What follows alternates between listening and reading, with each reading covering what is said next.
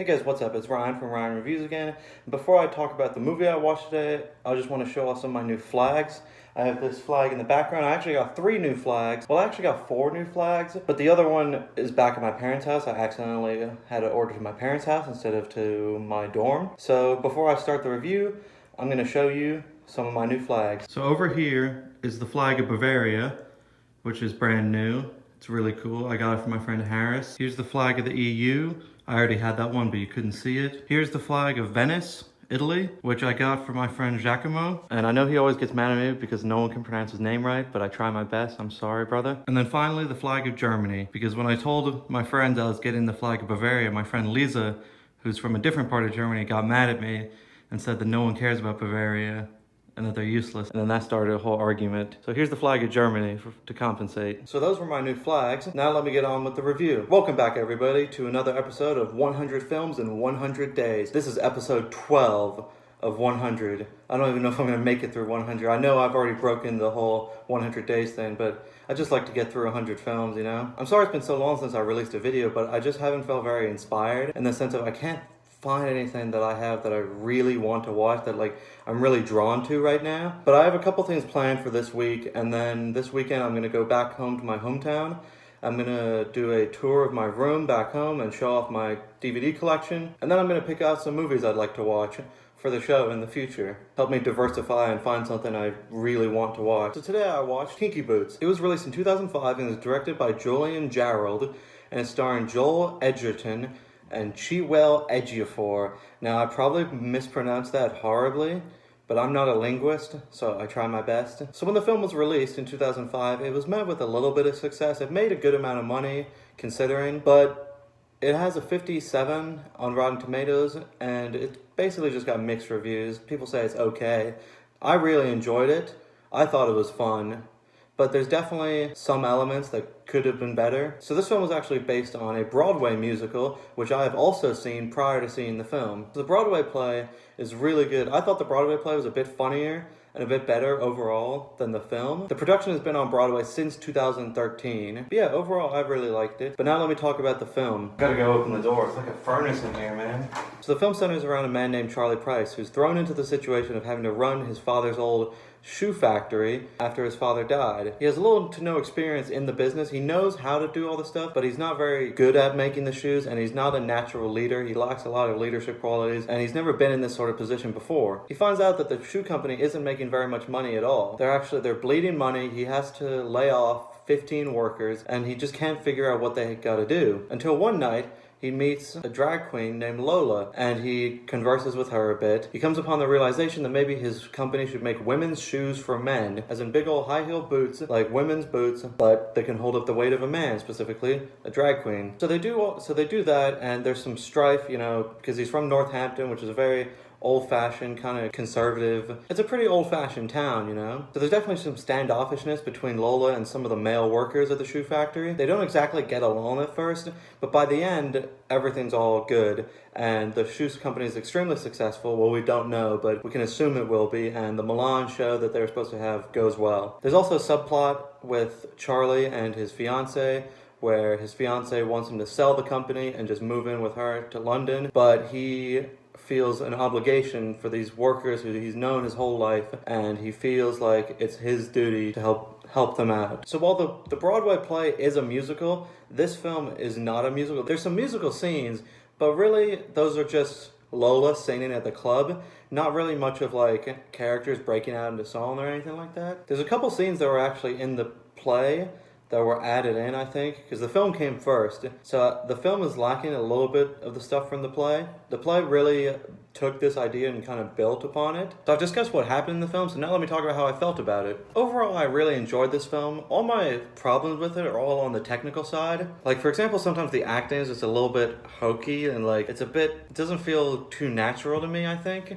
But that's only every once in a while. Usually it works fine. It's serviceable. It's a comedy film, you know, so it's not trying to be Shakespearean or anything. I really liked Edgerton and Ejiofor in this film. Hoping I pronounced everything right. I also thought Nick Frost was pretty funny in some scenes. He's playing this really bigoted character, Don, who really didn't get along with Lola at first, but by the end they found themselves getting along. Their relationship really was more explored a bit in the play than the film. I feel like my biggest complaint with it was that there wasn't enough like really funny scenes. There was some funny bits here and there, but I think overall, like, I think it might just be the fact it was British humor, and although I really like British humor, sometimes you gotta watch it like a second or even third time to really get and really notice all the jokes, because the first time you're watching it, you're just watching it for the story, and then the second or third time, because you already know what's going to happen, you're trying to notice some of the underline or less noticeable jokes that they say. There were some scenes in the beginning where the editing was really, really good, and at first I thought it was edited by Edgar Wright, but it turns out it wasn't. But there's some scenes that are very reminiscent to some of the stuff he did in films such as Hot Fuzz. There's not very much that I can say about this film. Overall, it's a good film. I liked it, but there's not much substance to it. It's just a middle-of-the-road comedy film. I liked it, but, like, it didn't wow me like the way the musical did. So where would I rank this on my films about drag queens list? I'd have to put it pretty close to the bottom,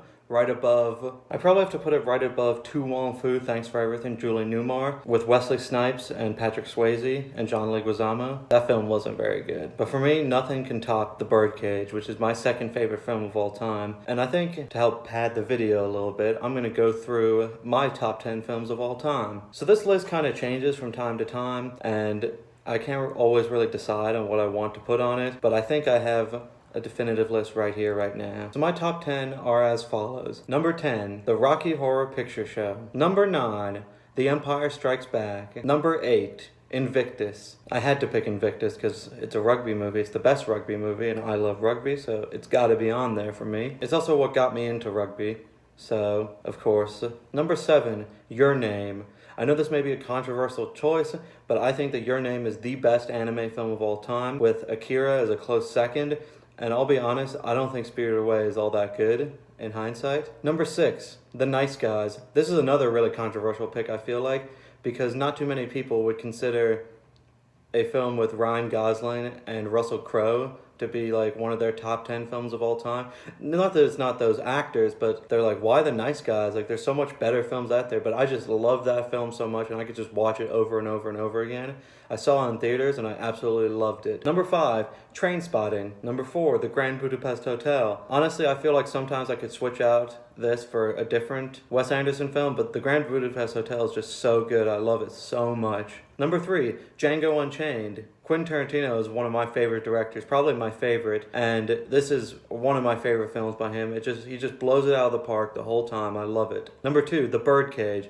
I know people get really confused that this is my second favorite film, but like, it's just so funny. And I grew up watching it, so my parents had me watch it when I was a kid, so I have a lot of great memories with this film, and we still quote the film in my house to this day. It's just so funny, and I love it. And number 1, Pulp Fiction. I know this is a really generic and really like obvious choice, but I just enjoy it. I'm sorry that like my favorite film is really a common favorite film, but I like it a lot. I think it's unbelievably rewatchable. Every single time you watch it, you notice something new that you didn't think about the last time, and I probably watched it upwards of 20 times. It's my favorite film of all time. So let me get back to this film, Kinky Boots. So overall, I'm going to give this film a 3 out of 5 stars. Actually, you know what? I'm going to make that a 2.5 out of 5, because it really is just middle of the road. It was good, but there's nothing really that special about it, I think, other than the fact that I already knew about it because of the play. So I'd said earlier that I have stuff planned for this week.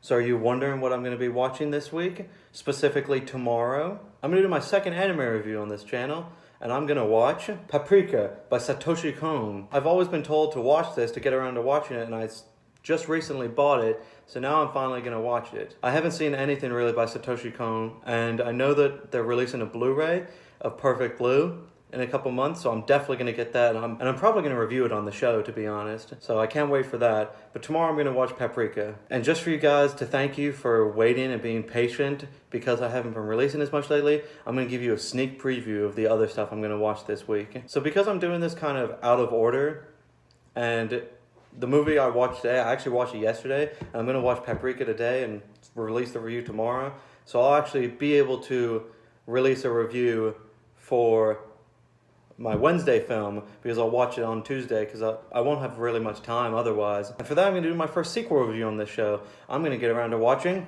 A Nightmare on Elm Street 2, Freddy's Revenge. I really enjoyed the first Nightmare on Elm Street film, so I think I'm gonna like this one as well. I've heard that the sequels to the film aren't quite as good or even as scary as the original, but I'm excited to watching it. I just realized I said excited to watching it. English is my first language, guys. And then on Thursday, I'm gonna go really out there and really like artsy on this one. So I'm gonna watch 4 months, 3 weeks and 2 days, which is like this weird Romanian film that I saw in the Criterion Collection. I just bought it because I wanted it, so I'm gonna watch it. And then I think Friday I'm just gonna watch a film when I get back to my hometown, and I'll just pick something out there. I just realized that I might be generous and give you guys 2 reviews tomorrow, because I might go see Shoplifters tonight in theaters. So thank you very much for watching, guys. This has been Ryan from Ryan's Reviews. Make sure to like, comment, and subscribe. I already give out the whole description thing every single time. I haven't written a Letterboxd review for this yet, so I might put that in the description later, because I just haven't gotten around to it. But I can't wait to see you guys tomorrow for Paprika and possibly Shoplifters. Alright, I'll see you guys tomorrow.